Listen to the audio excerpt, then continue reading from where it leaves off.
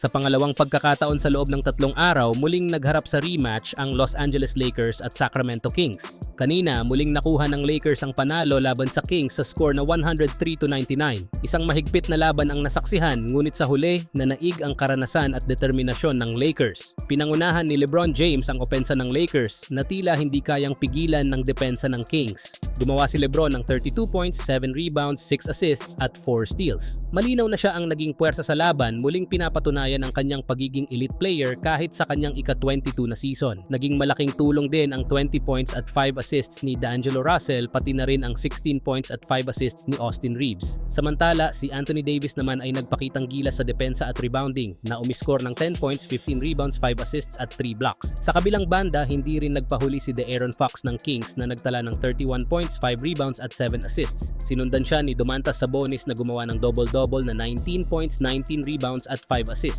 Gayunpaman, hindi ito naging sapat upang talunin ang Lakers. Ayon sa mga fans, tila nananatili ang sumpa kay DeMar DeRozan tuwing kaharap si LeBron James na nagsimula pa noong parehong nasa Eastern Conference sila.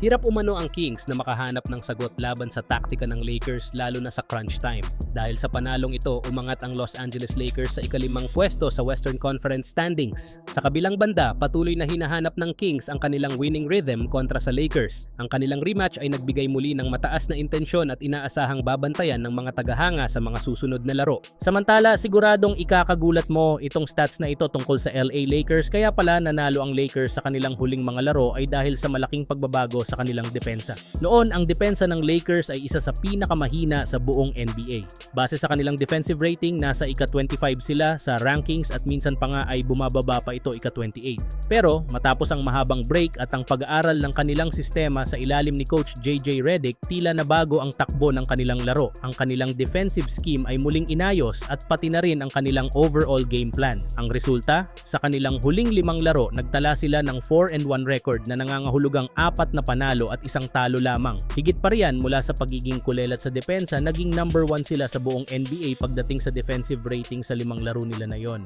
Grabe talaga ang effort ng coach at ng buong team para muling buhayin ang kanilang laro. Bagamat 5 laro pa lamang ang pinag-uusapan, makikita ang malaking pagbabago sa kanilang depensa. Kung magpapatuloy ito ay kahit hindi na gumawa ng trade ang Lakers dahil malapit na din bumalik ang kanilang mga center na galing sa injury at tiyak na magiging contender ulit ang Los Angeles Lakers. Sa ngayon, inaabangan ng mga tagahanga kung kaya nilang ituloy ang magandang momentum na ito. Ang kanilang depensa ang susi sa tagumpay at kung mapapanatili nila ang ganitong klaseng laro, hindi malabong makapasok sila sa playoffs o maging sa finals. Ganyan kagaling ang epekto ng tamang diskarte at determinasyon ng Los Angeles Lakers.